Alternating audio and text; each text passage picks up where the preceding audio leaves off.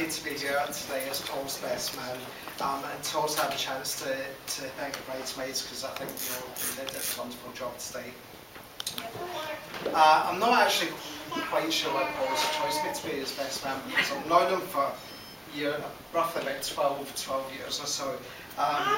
Some of you might think that's too long, but it's just I know so many secrets about him that obviously I could obviously divulge into him. There's obviously a large amount of banknotes get slipped onto the table. Whiskies are new. Whiskies are new instead. Well, yeah, and I really are a bit easy. I'm very honoured to be chosen by you, Paul, and your secrets are sick. At least just now until I'm so involved, until the whiskies start pouring. Now, as all you know, Paul met Nicola through work in HRG quite a while ago. He was over the moon, very proud to be with the girls, obviously as gorgeous as Nicola. He introduced me to her very early on in the relationship. In actual fact, me and Sharon were like the chaperones on the first date, down in attendance when we were watching the football. Yeah, that's right. Now, normally Paul could rattle results off the top of his head. I think that game, not the last couple of games. But anyway, normally he could, but I think after that game, I don't think he'd be able to, because really he should be in a hotel room rather than a bar. We could be 4-2.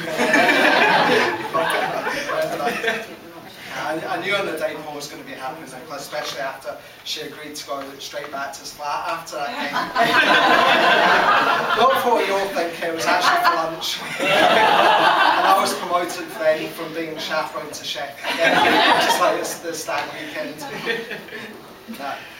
For those that don't know, both Paul and myself, we started work, it was about 12 years ago, because we're both new starters in the office, we got on so well together. We formed quite a close bond straight away. A lot of you, I don't know how many of you knew Paul that long ago or not, but since we've first met, our friendship has grown very, very strongly. When we first met up, to be honest, the first time I met you outside work, after the first meeting, was I really thought Ned's wannabe. That's what I thought. As soon as he turned up in white tracksuit bottoms, white tracksuit top, white trainers, black socks with the tracksuit bottoms tucked into it. Was he 18? He was very young, but he did look like one of the kids at the back of the bus you went to. Anyway,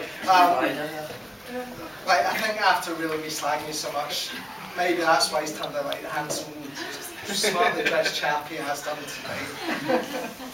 Going back to the kids at the back of the bus, the music you used to listen to as well. I think you might have been inspired by them, but at least, I mean, I can't take credit for this because he's gone on from dance and rave to Boyzone and take that. I'm sure later on when the DJ turns up we can get to play like King of the Castle or Two Tames or something. That's enough. That's your embarrassment over. Moving on to your qualities. Everyone I've ever known in my life, I think Paul has to be the most trustworthy, honest, reliable, kindest people I've ever met. I think a lot of how he's turned out today is due to Doreen and John for being such great parents. And I'm not sure if I'm really sticking to speech tradition, but I'd like to quickly raise a quick glass to toast Doreen and John for bringing Paul up so well. So,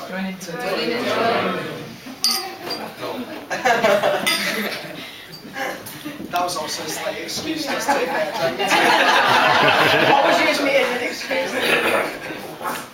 Right, after Jack was born, this was before Paul met Nicola, me and Paul spent a lot of time together. It was like 5-6 nights a week. We used to end up going out.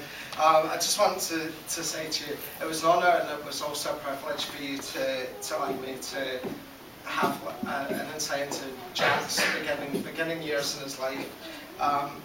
However, now thankfully, when you've got a wedding round, once we go out, people might not think there's two gay dads. Because I think a lot of people did actually. Another thing I'd like to, another honour that I'd like to thank both Paul and Nicola for is when a few years ago when you asked me to be Lisa's godfather. That meant a lot to me. I don't know, again, I don't know why you chose me, because I think he's more responsible than me. To be honest, that was it's a great privilege for you to ask me. Now, I've got a story, but while we're on the subject of children. It sticks in my mind quite a lot. This was quite a few years ago. Again, it was before Paul met Nicola. I used to share a flat with one of my friends from school, and Paul was over quite a lot. All three of us were single at the time, and I think Jack, roughly, I don't know, you can correct me if I'm wrong, but I think Jack was about 3-ish that time. As we're all single, we thought, right, it's the summer months, we'll arrange like a barbecue, and we'll get all our friends round. We'll call it Flatmate Sunday. So once a year, we'd get everybody round. Flatmate Sunday, once a year, we'd have a big barbecue. Anyone we knew who had a flatmate would turn up. We'd all have a big barbecue. Basically, the actual result, what we were hoping was that if you'd made new friends, you'd maybe find a potential partner, etc. Now, there was quite a few of our friends who were single. Paul, we made the exception, obviously Paul wasn't sharing a flat with anyone, but he was with Jack, so we thought, right, we'll get around this, we'll say that if you've got a kid, you can obviously bring your child as your flatmate. So there was maybe 2 or 3 people who were single parents brought their children as their flatmate. Anyway, to cut a long story short, the first year this happened, all the single people, they managed to unsuccessfully stay single, apart from one person. And you might be thinking it was Paul, but no, it was Jack. He was on the top of the back kissing Zoe. There was another 3-year-old kid from one of the other guys that we'd invited. So I think we really like father, like son. He's done well. And Paul, I remember he was so proud of him at the time. But yeah, finally there seems to be a bit of confusion over where Paul and Nicola are going on the honeymoon. A lot of you think that they might be going off to Barbados, but I'm not actually sure why. After speaking to Paul just before we came in here, I think they're going to North Wales, or at least I think that's what he meant when he said that straight after the wedding he was going to Bangor for a week.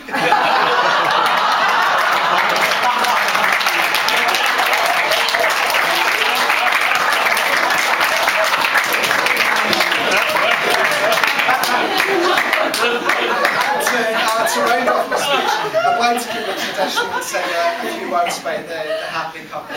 Everyone who knows Paul knows he likes having his own way, and I've always wondered what kind of women he'd end up with. Well, Nicola's both elegant, pretty, and when he met Paul in typical style, let her know who wears the trousers earlier, he turned to her and said, you're the boss. I knew then that she was obviously the one for him. So I'd like to please everybody raise your glasses and wish Paul and Nicola a wonderful future together. To Paul and Nicola.